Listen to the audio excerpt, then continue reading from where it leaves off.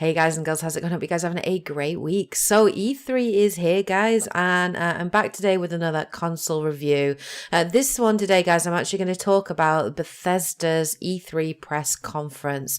So this is not going to be a blow-by-blow breakdown of the conference. It's just going to be generally giving my impressions, my thoughts on the conference, what I thought went well, what I thought was wrong, and just generally give my impressions on it. So let's kick off by talking about what went well at Bethesda's conference, what I actually enjoyed. So there were a couple of highlights at Bethesda's conference that was pretty good generally. So I did like the fact that we got to see more Doom Eternal, which now has a confirmed release date for the 22nd of November.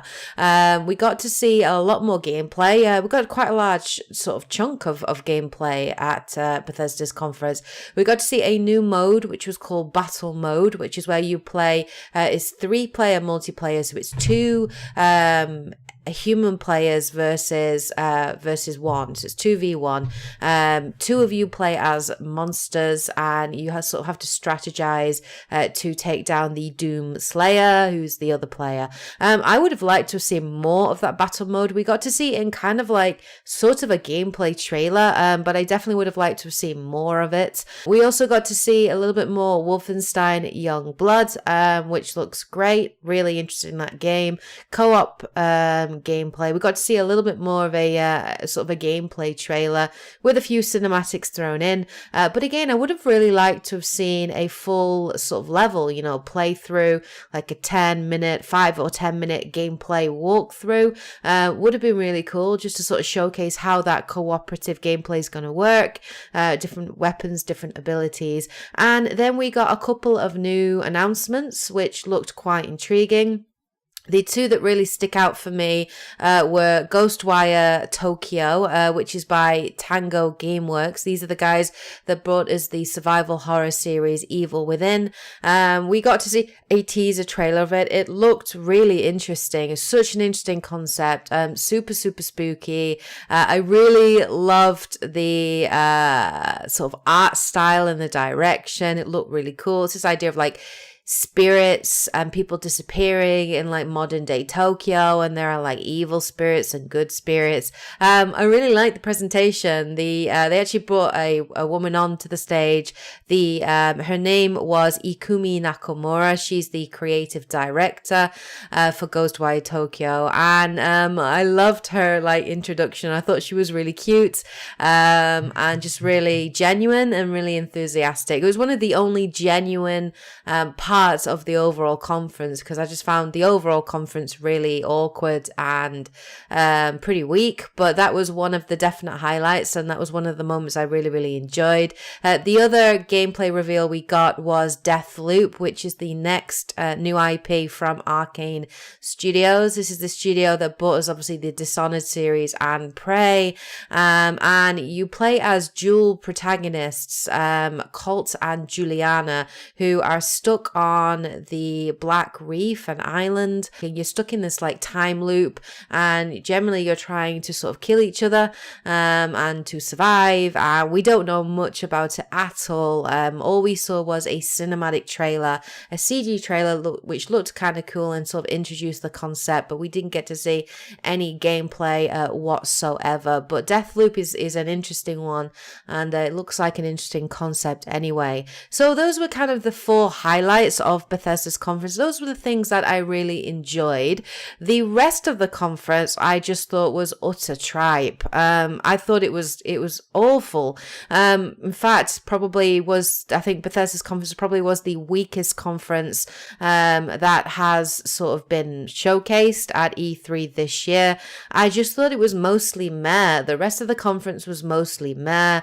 It just seemed really disingenuous. It didn't seem genuine. There were people screaming and cheering in the crowd, and it just felt like those people were planted there. It wasn't real enthusiasm. These weren't real Bethesda sort of gamers. It just seemed really, really fake. There were a couple of announcements, but again, they were all meh. Fallout 76, they announced a new expansion called Wastelanders, which is going to finally bring back NPCs into the game, as well as dialogue trees and dialogue options, making choices, consequences, new areas to explore, that kind of thing. They also announced Battle Royale for Fallout 76. I've got no interest in Battle Royale whatsoever.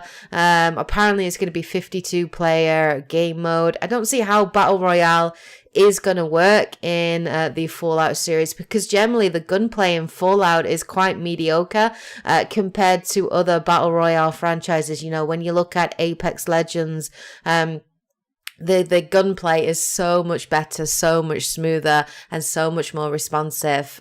They did show some monsters and things that would be in the games, and that looked kind of cool. But yeah, like Fallout 76, it was just hilarious because people were like cheering these announcements, and I was just like, this isn't something for you to cheer. This should have been in the game from the start. So the fact that Bethesda, you know, it's great that Bethesda are listening to feedback and all, that's absolutely fantastic. But the fact that Bethesda are then trying to sort of milk up all this praise and all these compliments and all this cheering for something that should effectively have been in the game a year ago, and it's taken them a year to actually introduce this into the game, I just found that really hilarious. We then got a Rage 2 DLC announcement. Again, fine, you know, it's all good. I mean, it's mostly meh. It's introducing some new enemies, a pilotable mech, which looks fun, new weapons, new abilities. That's all cool and all well and good.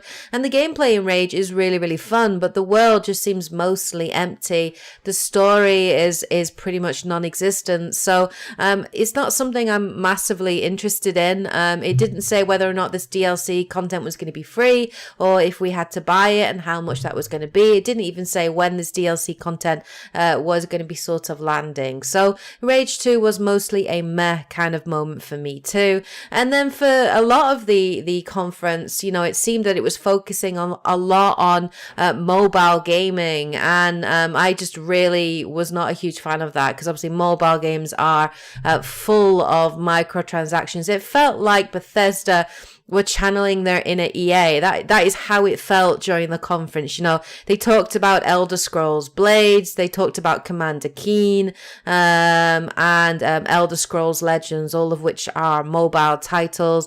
I think Elder Scrolls Blades is coming to the Nintendo Switch as well, but I've heard really mixed things about that. But, you know, these games are notorious for microtransactions, especially Elder Scrolls Blades, which I know was quite controversial. And then they sort of talked about Orion, which is their new streaming tech, their new streaming service, which is supposed to be sort of bolstering Google's Stadia, and also Microsoft's xCloud, and the whole idea of being able to stream 20% faster, use 40% less bandwidth, I think they said. They're looking at being able to hit sort of 4K resolution, 60 frames per second, and just basically trying to support the streaming community, obviously to promote their games, which is, you know, all good and well, but not really something I'm overly interested in.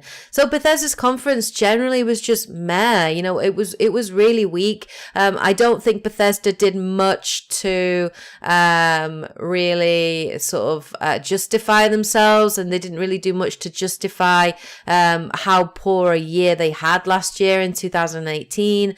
It didn't do a great deal to sort of revitalize the community and reinstill faith. Yeah, there was a couple of really interesting announcements, definitely, with Doom Eternal, Ghostwire Tokyo, Wolfenstein Youngblood, Deathloop. Those look interesting, most definitely, but that's mostly down to the development studios. I just thought Bethesda, it just didn't come across as genuine at all. In fact, it was quite awkward through a lot of the conference, and just really uncomfortable to watch in some parts, and a little frustrating to watch watching others. But generally, you know, those are my thoughts on Bethesda. Pretty much, I think this is the weakest conference that has showcased so far at E3. Have you seen the conference? What did you actually think of it? Let me know in the comment section below. I will put a link to the conference in the description below for you guys to check out. Let me know what games you are interested in that came out in that conference, what you generally thought of it. Please share your thoughts in the comment section below.